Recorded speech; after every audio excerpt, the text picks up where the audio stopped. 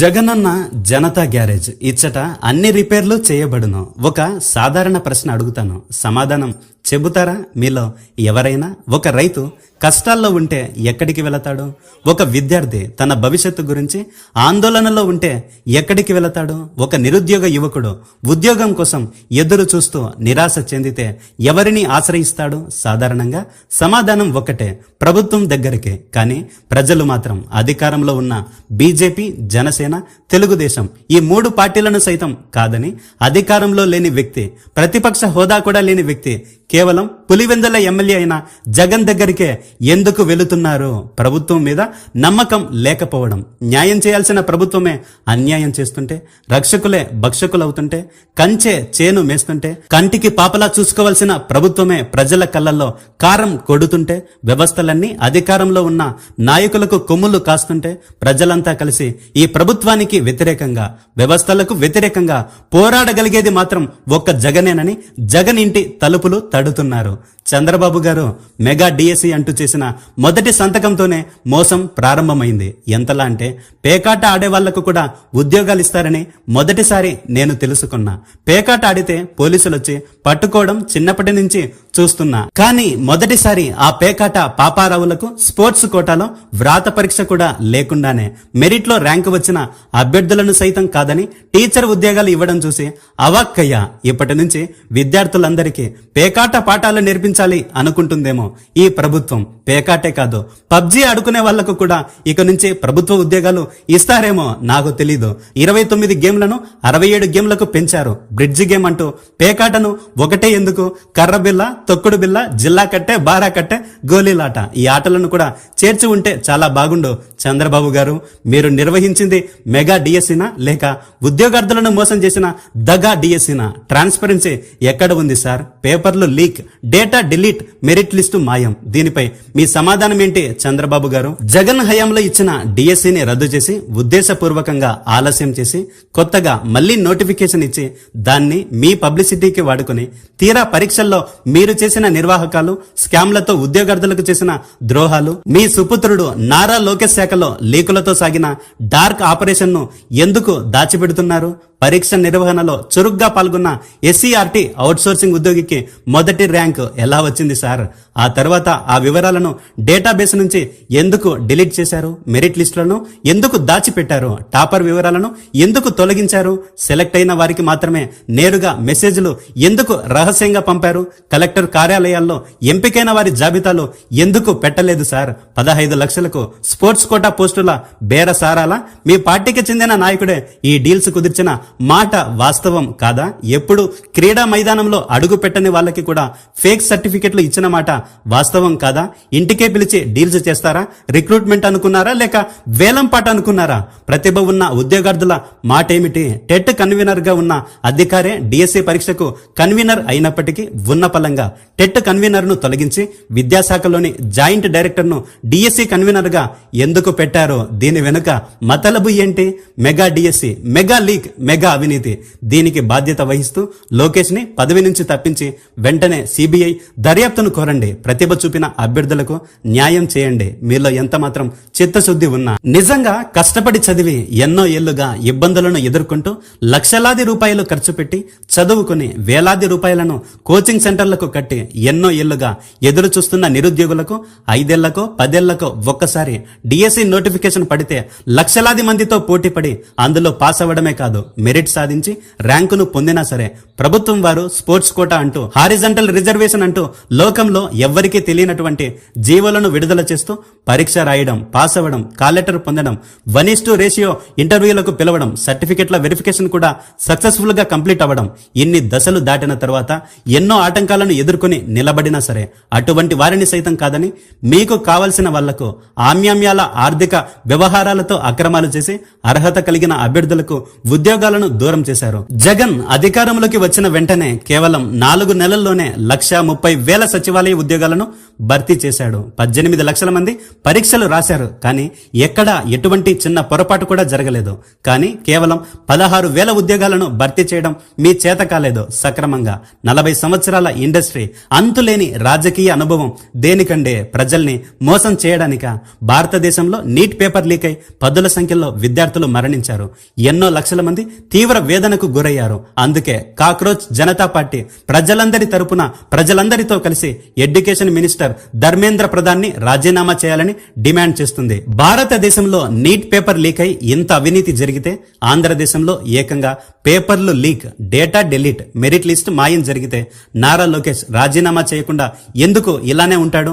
తక్షణమే నారా లోకేష్ ని విద్యాశాఖ మంత్రిగా తొలగించి పడేయాలి. భారతదేశం మొత్తం ధర్మేంద్ర ప్రధాన్ ని రాజీనామా చేయాలని కోరుకుంటుంది. ఆంధ్రదేశం మొత్తం నారా లోకేష్ ని మంత్రి పదవి నుంచి తొలగించాలని డిమాండ్ చేస్తుంది. జగన్ దగ్గరికి వచ్చి తమకు జరిగిన మోసాన్ని ఆ డిఎస్సి అభ్యర్థులు జనానికి తమ కన్నీళ్ల ద్వారా వివరిస్తుంటే గుండె చలించిపోయింది. ప్రభుత్వమే ఇలా చేస్తే ప్రజలు ఇక ఎలా బ్రతకగలరు? ఇలాంటి ప్రభుత్వాలతో సామాన్య ప్రజలు ఎలా పోరాడగలుగుతారు? మెగా డిఎస్సిలో ఇన్ని కుట్రలు కుతంత్రాలు జరిగిన తర్వాత కూడా ప్రజలందరి తరపున పోరాడుతుంది మాత్రం ఒక్కడే, అతనే వైఎస్ జగన్మోహన్ రెడ్డి. అందుకే మోసపోయిన అభ్యర్థులందరూ జగన్ ఇంటి గడప తొక్కారు. రాష్ట్రం నలుమూలల నుంచి తమకు జరిగిన అన్యాయాన్ని జగన్ కి చెప్పుకుంటూ, జగన్ ద్వారా జనాలకి తెలియజేస్తూ ఈ ప్రభుత్వం మమ్మల్ని ఎలా మోసం చేసిందో ఒక్కొక్కళ్ళు వాళ్ళు చెబుతుంటే ఎవరికైనా సరే కళ్ళల్లో నుంచి కన్నీళ్లు రాక మానవు. జగన్ దగ్గరికి వచ్చింది కొంతమందే, కానీ రానటువంటి వాళ్ళు కొన్ని వేల మంది. జగన్ దగ్గరికి వచ్చిన వాళ్ళలో ఒక వ్యక్తి నన్ను చాలా బాగా ఆకర్షించాడు. అతనిది కడప జిల్లా. ఉద్యోగం కోసం తాను పోరాడిన పోరాటం మాత్రం ఈ ప్రభుత్వాన్నే కాదు ప్రజల్ని కూడా కదిలించింది. ఒక సామాన్యుడు బీజేపీ, తెలుగుదేశం, జనసేన 3 పార్టీలతో 164 సీట్లతో వ్యవస్థలతో తన ఇష్టం వచ్చినట్లు ఆడుకుంటున్న అత్యంత బలమైన ప్రభుత్వం అని తెలిసినా కూడా అతను మాత్రం తనకు ఎదురుగా ఉన్నది మంత్రి అయినా, ముఖ్యమంత్రి అయినా, ఆఖరికి ప్రధానమంత్రి అయినా సరే తన ఉద్యోగం కోసం తన పోరాటాన్ని మాత్రం ఎక్కడా ఆపలేదు. అక్కడున్న అభ్యర్థుల్లో చాలా మంది ప్రభుత్వంతో మనం పోరాడలేం, మన వల్ల కాదు అని చేతులు ముడుచుకుని 1-2 ప్రయత్నాలు చేసినా తమ వల్ల కాదని కన్నీళ్లు పెట్టుకున్నా కానీ ఇతను మాత్రం తనకు ఎదురుగా ఉన్నది ముఖ్యమంత్రి అయినా, అతని కొడుకైనా సరే వాళ్లకు ఎదురు తిరిగాడు. నిజంగా ఇలాంటి వాళ్ళు చాలా మందికి ఇన్స్పిరేషన్ అవుతారు. నిజంగా తన మాటలకి జగన్ కూడా షాక్ అయ్యాడు. అతని పోరాటం జగన్ ని కూడా అంతలా కదిలించింది. మెగా డిఎస్సిలో జరిగిన అక్రమాలను మొదట వైసీపీనే వెలుగులోనికి తీసుకుని వచ్చింది. వెలుగులోనికి తీసుకురావడమే కాదు, జగన్ ఇప్పుడు వాళ్ళందరికీ అండగా నిలబడ్డాడు.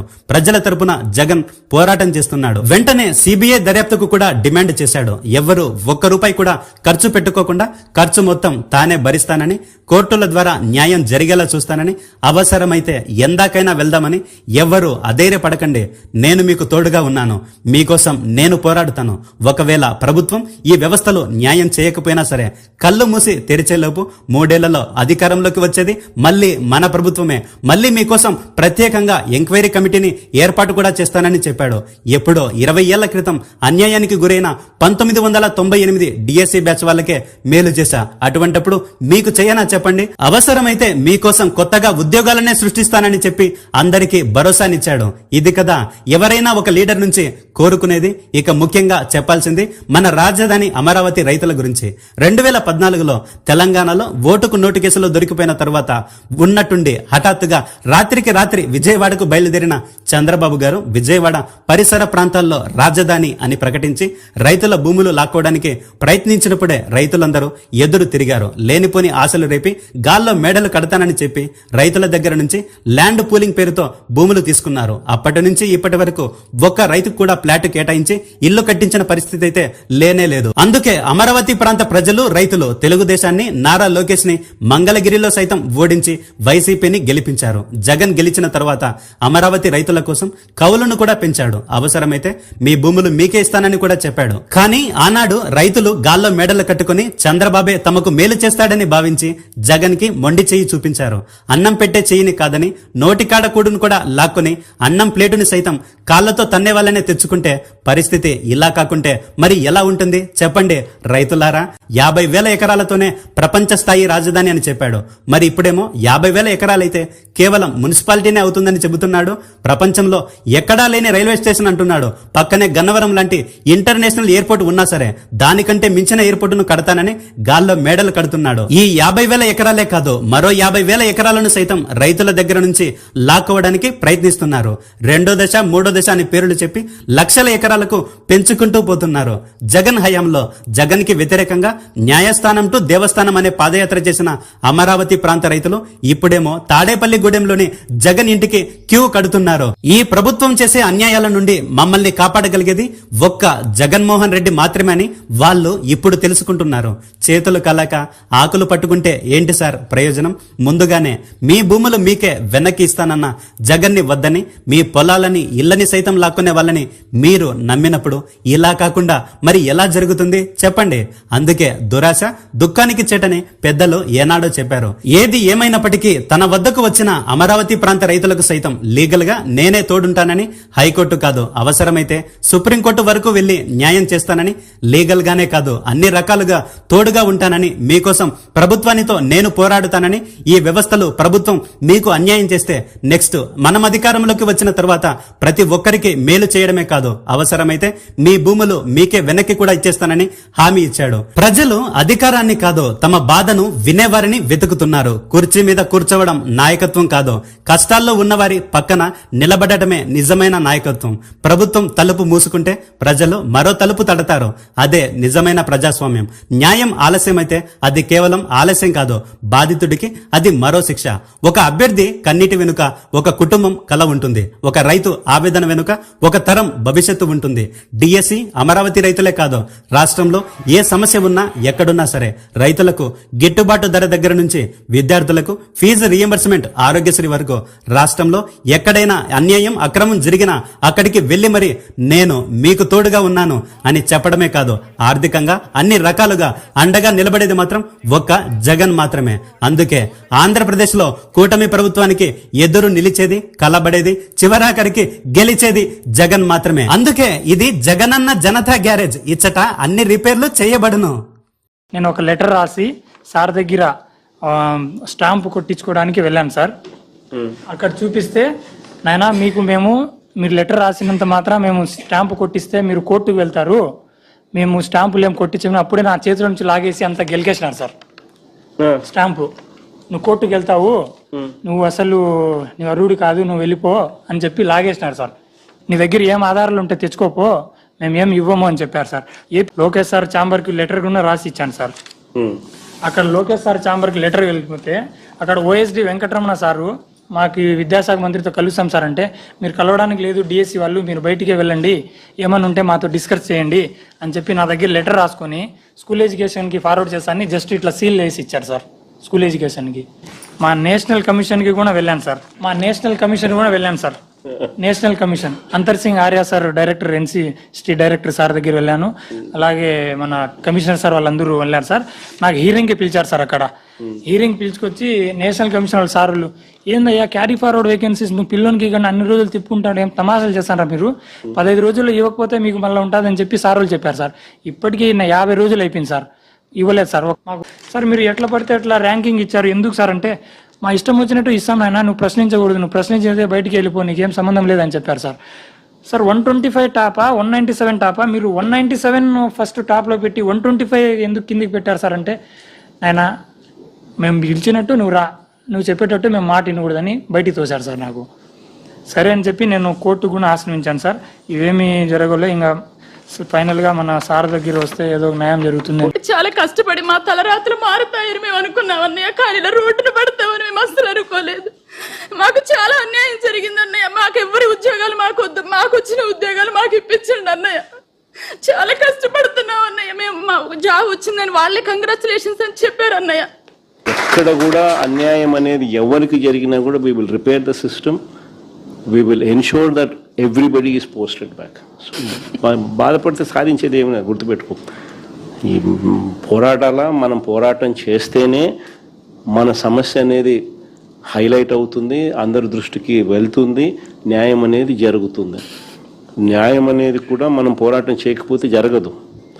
It can only be justice can only be delayed, it cannot be denied. అది ఒక్కటి ఖచ్చితంగా గుర్తుపెట్టుకో, దేవుడు ఎప్పుడైనా కూడా మనకు తోడుగా ఉంటాడు. Don't worry about it. God will help us, God will guide us. అలాంటప్పుడు 1:1 వెరిఫికేషన్ పిలవకూడదు సార్ మమ్మల్ని. అక్కడే ఆగిపోయి ఉంటాం సార్. చాలా సఫర్ అయ్యాం సార్. నాతో పాటు మా పేరెంట్స్ కూడా సఫర్ అయ్యారు సార్. ధైర్యంగా పడతారు, ధైర్యంగా. చూడండి మరి ఎన్ని ఏం కావాలి ఇంతకన్నా. 1998 బ్యాచ్ ఎప్పుడు చెప్పు. దాంట్లో మా బాబాయ్ కూడా ఉన్నాడు సార్. 98 BSc అట్లాంటి వాళ్ళకి న్యాయం చేసినామంట.